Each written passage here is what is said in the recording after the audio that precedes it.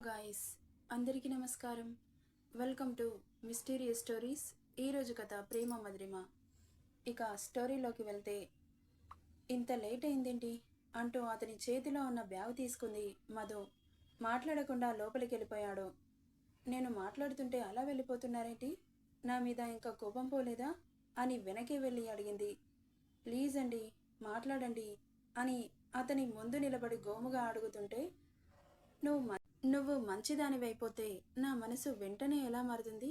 నీలాగా ఊసరవెల్లిలా రంగులు మార్చడం నాకు చేత కాదు అని చెప్పి బయటకెళ్ళిపోతే బాధగా వెనకే వెళ్ళింది.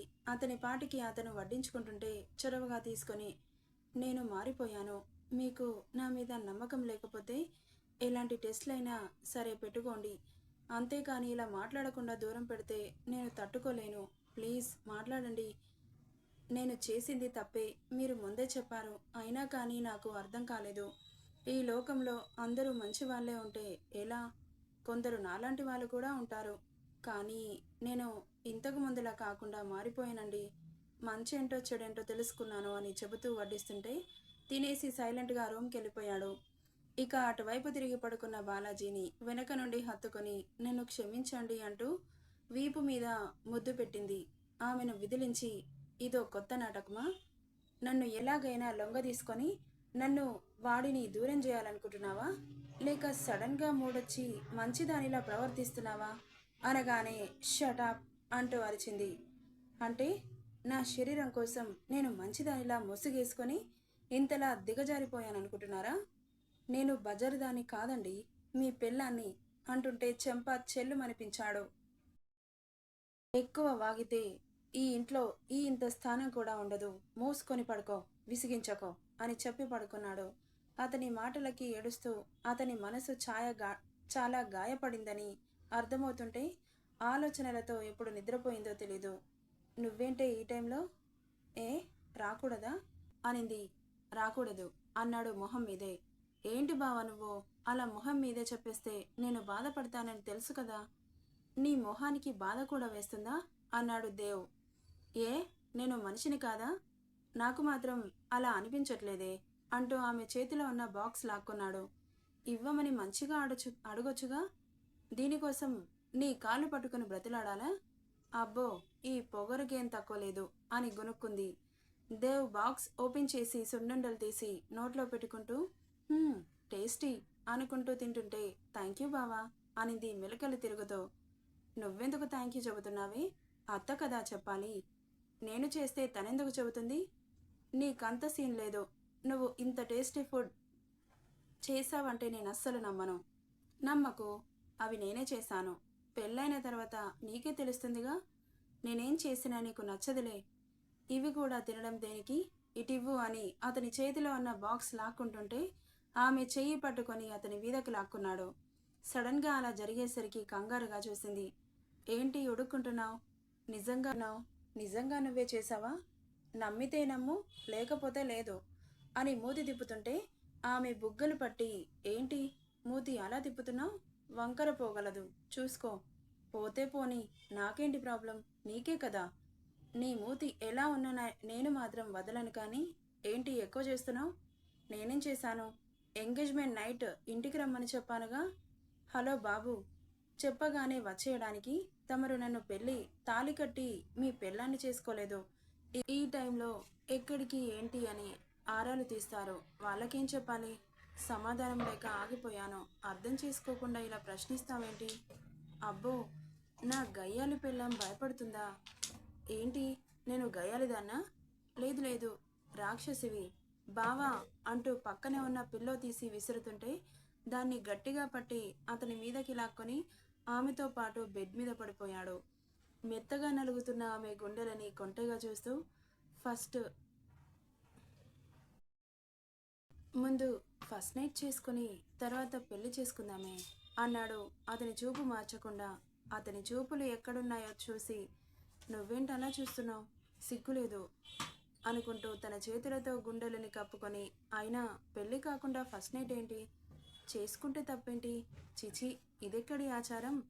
అబ్బో, సిటీలో ఇవన్నీ పట్టించుకోరు. పెళ్ళికి ముందు ఎంతమంది చేసుకోవట్లేదు? మనకి పెళ్లి ఫిక్స్ అయింది, ఎంగేజ్మెంట్ కూడా అయింది. ఫస్ట్ నైట్ చేసుకుంటే తప్పేంటి? ఎవరితో నాకు సంబంధం లేదు.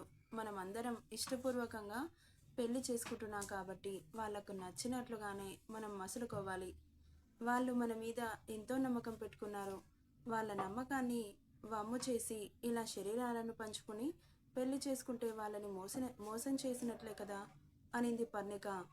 ఆమె మాటలకి నవ్వుతూ, ఇందుకే కదా ఈ రాక్షస్ అంటే నాకు ఇష్టం అన్నాడు. నవ్వుతూ అతని గుండెల మీద తలవాల్చింది.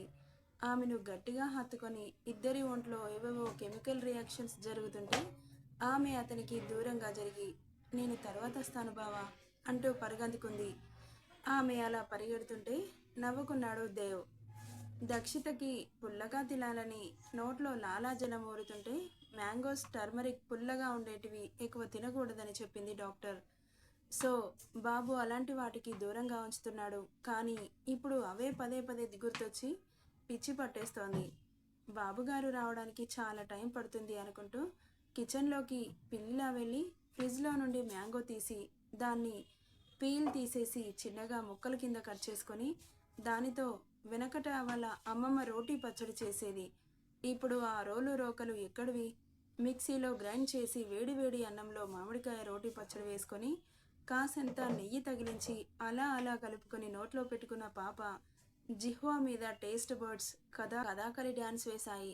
అబ్బా ఎంత కమ్మగా ఉందో అని నోరూరుతుంటే ఆహా ఓహో అనుకుంటూ ఈ లోకంలో లేదు, ఎంత తిన్నా ఇంకా ఇంకా తినాలనిపిస్తోంది అని మరోమారు రైస్ పెట్టుకొని ఇంతకు ముందులాగే పచ్చడి వేసుకొని కలుపుకొని అలాగే ఎంజాయ్ చేసుకుంటూ తింటూ ఉంది. అక్క అప్పటికి చాలా తినడంతో పొట్ట టైట్గా మారిపోయింది. అమ్మో, నాలుకకేమో ఇంకా కావాలనిపిస్తుంది, పొట్టకేమో వద్దు అనిపిస్తోంది. ఈ పూటకు ఇది చాలు, మళ్ళీ మార్నింగ్ తింటాను అని దాన్ని ఎవరికంటా పడకుండా రహస్యంగా దాచుకొని ఇటువైపు తిరగగానే ఎదురుగా స్తంభంలా గోడ కానుకొని తనని చూస్తూ నిల్చున్న పతి పరమేశ్వర్ గారు దర్శనమివ్వడంతో గుండెల్లో రాయి పడ్డట్లనిపించింది. మీరు ఎప్పుడొచ్చారు అని తడబడుతూ ఆ తడబాటిని తన మాటల్లో కనబడకుండా అడుగుతుంటే, ఏం తిన్నావు అన్నాడు బేస్ వాయస్లో. నేనేం తిన్నాను, అన్నం తిన్నాను. అది కూడా తప్పేనా అని అమాయకంగా ఫేస్ పెట్టి అడిగింది. డస్కీ, డోంట్ యాక్ట్ స్మార్ట్ అన్నాడు. నేనేం చేశాను అంటుంటే, ఏం తిన్నావు? చెప్పానుగా, అన్నం తిన్నానని. డస్కీ అంటూ అసహనంగా అరిచాడు. భయంగా చూసింది అతన్ని. నువ్వు తినడం నేను చూడలేదనుకున్నావా? నిన్ను మ్యాంగో తినకూడదని చెప్పా కదా, నా మాట పట్టించుకోకుండా పికిలేసుకొని మరి నీ ఇష్టం వచ్చినంత తినేసావు. ఇప్పుడు ఏదైనా ప్రాబ్లం అయితే? సారీ అండి, చాలా తినాలనిపించింది, అందుకే చేసుకున్నాను, క్షమించండి అని రిక్వెస్టింగ్గా అడుగుతుంటే విసురుగా అక్కడి నుండి తన రూమ్కి వెళ్ళిపోయాడు. బాబోయ్, ఎవరికంటైతే పడకూడదనుకున్నానో ఆయనకే దొరికిపోయాను, ఇప్పుడు ఏం చెప్పాలి అనుకుంటూ అతని వెనకాలే వెళ్ళింది. బాబు ఫ్రెష్ అవ్వడానికి వెళ్ళిపోయాడు. చేతులు నలుపుకుంటూ అతను వచ్చే వరకు అక్కడే నిలబడింది. డస్కీ, ఎందుకంత కేర్లెస్గా బిహేవ్ చేస్తున్నావు? నువ్వు ఇంతసేపు ఇక్కడ నిలబడితే ఎంత ప్రాబ్లం అవుతుంది? నా మాట అంటే విలువ లేదా అని అరుస్తుంటే ఏం మాట్లాడాలో అర్థం కాలేదు ఆమెకి. కొంచెం కూడా రెస్పాన్సిబిలిటీ లేకుండా ఎలా ఉంటావు? నేను ఎంత అరుస్తున్నా నీలో కొంచెం కూడా చలనం లేదు అంటూ అరిచి అక్క నుండి వెళ్ళిపోయాడు. ఇక ఇప్పుడు ఈ టైంలో అతన్ని కదిలించకూడదని, నా టైం అస్సలు బాగాలేదేంటో. చాలాసేపటికి లోపలికి వచ్చాడు దక్ష్. పడుకున్న తనని చూసి ఆమె పక్కన చేరుతూ పొట్ట దగ్గర చీర చెదిరి తెల్లటి పొట్ట పెద్దగా కనిపిస్తుంటే చిన్నగా పెదాలు అద్ది ఆమె లేవకముందే అటువైపు తిరిగి పడుకున్నాడు. ఇక రాత్రి దక్షిత పొట్టలో సన్నగా నొప్పి రావడం మొదలైంది. గాఢ నిద్రలో ఉన్న తనకి మెలకువ రావడంతో చిన్నగా కళ్ళు తెరిచి పక్కన ఉన్న భర్త గారిని చూసింది. డీప్ స్లీప్లో ఉన్నాడు. అతన్ని లేపాలంటే భయం వేసింది. మ్యాంగో తినకూడదని అంత గొడవ చేశాడు, ఇప్పుడు పొట్టలో నొప్పి వస్తుంది, చెబితే కొట్టినా కొట్టేస్తాడని బలవంతంగా కళ్ళు మూసుకుంది కానీ నిద్ర పట్టలేదు. ఇక చేసేది లేక చల్లగాలికి బాల్కనీలోకి వెళ్ళింది. అలా డోర్స్ ఓపెన్ చేయగానే తను అనుకున్న చల్లగాలి ఆమె శరీరాన్ని పులకింతకి గురిచేసింది. చాలా హాయిగా అనిపించింది కానీ పొట్టలో నొప్పి మాత్రం కంటిన్యూగా పెయిన్ వస్తూనే ఉంది. వెళ్ళి కౌచ్లో అలా కూర్చుండిపోయింది. స్టార్స్ని లెక్క పెట్టుకుంటూ అలా అయినా మర్చిపోతుందని. తెల్లారే వరకు ఆ నొప్పి తనని పడుకోనివ్వలేదు. తెల్లారే ముందు అప్పుడు నిద్ర పట్టేసింది. ఇక అప్పుడే మెలకు వచ్చిన దక్ష పక్కన చూస్తే దక్షిత కనిపించకపోయేసరికి కళ్ళు చిన్నవి చేసి రూమ్ మొత్తం వెతికి బాల్కనీలోకి వెళ్ళాడు. కౌచ్లో నిద్రపోతూ కనిపించింది. నొసలు చిట్లించి డస్కీ అంటూ అరిచాడు. ఉలిక్కి పడి లేచి బెదిరి చూపులు చూస్తుంటే, ఇక్కడెందుకు పడుకున్నావే? ఏమోనండి, రాత్రి సరిగ్గా నిద్ర పట్టలేదు, అందుకే చల్లగాలికి బయటకొచ్చాను. చాలా హాయిగా అనిపించింది, అలాగే నిద్ర పట్టేసింది. అసలేమనుకుంటున్నావు? కౌచ్లో కంఫర్ట్గా ఉందా?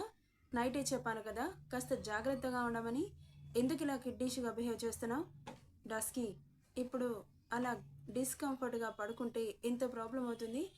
చూడు డస్కీ, ఇంకోసారి ఇలాంటి తింగరి పనులు చేశావంటే అస్సలు ఊరుకోను అని సీరియస్గా వార్నింగ్ ఇచ్చి అక్కడి నుండి వెళ్ళిపోయాడు విసురుగా. అబ్బా, ఇప్పుడు నేను ఈయన కంట్లో పడాలా? కొంపదీసి ఈ బేబీకి ఏమైనా అయితే నన్ను ప్రాణాలతో వదలడేమో అని అతని మీద కోపం వస్తుంటే అక్కడి నుండి లోపలికి వెళ్ళిపోయింది. నెక్స్ట్ పార్ట్లో ఏం జరుగుతుందో చూద్దాం. ఈ స్టోరీ ఎలా ఉందో కామెంట్ చేయండి guys. Thank you for listening.